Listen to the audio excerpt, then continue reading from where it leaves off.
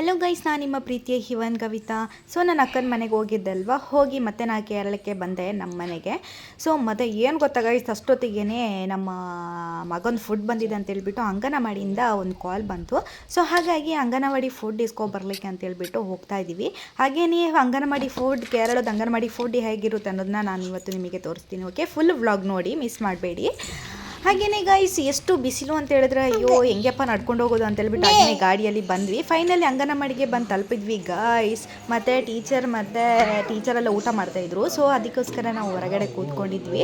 So ಇಲ್ಲೊಂದು ಪುಟಾಣಿ ಮಗ ಬಂದಲ್ಲ ಅಂತ ಹೇಳ್ಬಿಟ್ಟು ನನ್ನ ಮಗನ ನೋಡ್ಲಿಕ್ಕೆ ಅಂತೇಳಿ ಒಳಗೆ ಕೂತ್ಕೊಂಡಿದ್ದ ಮಕ್ಕಳು ಎಲ್ಲರೂ ಓಡ್ಕೊಂಡು ಬಂದು ನನ್ನ ಮಗನ ಜೊತೆ ಆಟ ಆಡ್ತಿದ್ದಾರೆ. ನೀವು ನೋಡ್ತಾ ಇದ್ದೀರಲ್ವ, ನನಗಂತೂ ತುಂಬ ಖುಷಿ ಆಗ್ತಿದೆ. ಸೊ ನನ್ನ ಮಗನ ಇನ್ನೂ 1 ವರ್ಷ ಕಳೆದ್ಮೇಲೆ ಅವನ ಅಂಗನವಾಡಿಗೆ ಬಿಡಬೇಕಾದ್ರೆ ಮಕ್ಕಳು ಎಲ್ಲರೂ ಹಿಂಗೆ ಒಟ್ಟಿಗಿಡ್ತಾರಲ್ವ. ಸೊ ನೋಡಿ ಎಷ್ಟು ಚೆನ್ನಾಗಿ ಆಟ ಆಡ್ತಾವ್ರೆ ಅಂತ ಹೇಳ್ಬಿಟ್ಟು ನನ್ನ ಮಗನಿಗಂತೂ ತುಂಬ ಅಂದರೆ ತುಂಬ ಖುಷಿ. ನೋಡ್ತಾ ಇದ್ದೀರಲ್ವ ನನ್ನ ಮಗ ಎಷ್ಟು ಸೈಲೆಂಟಾಗಿ ಕೂತ್ಕೊಂಡಿದ್ದಾನೆ ಅಂತ ಹೇಳ್ಬಿಟ್ಟು.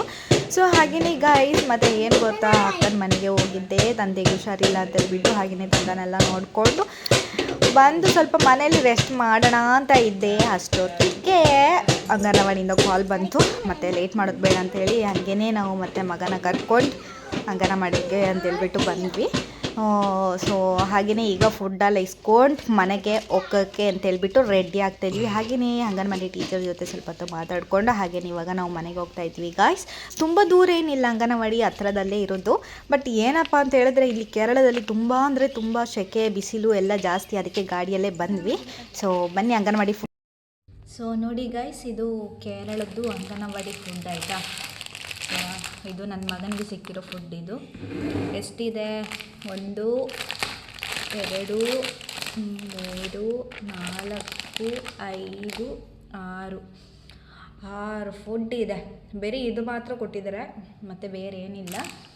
ಸೊ ನೋಡ್ತಾ ಇದ್ದೀರಲ್ವಾ, ಕೇರಳದ ಅಂಗನವಾಡಿ ಫುಡ್ ಇದಿಷ್ಟು. ಓಕೆ, ಫೈನಲಿ ಫುಡ್ ಇಸ್ಕೊಂಡು ಬಂದ್ವಿ ಗೈಸ್. ಎಷ್ಟು ಶೆಕೆ ಅಂತ ಹೇಳಿದ್ರೆ, ಸೊ ಕೇರಳದಲ್ಲಿ ಅಂತೂ ಹೊರಗಡೆ ನಿಂತ್ಕೊಳ್ಳೋಕ್ಕಾಗಲ್ಲ. ಪಾಪ ಈ ಬಿಸಿಲಲ್ಲಿ ಕೆಲಸ ಮಾಡೋರು ಹೆಂಗೆ ಕೆಲಸ ಮಾಡಿದ್ರು ಅಂತ ಗೊತ್ತಿಲ್ಲ.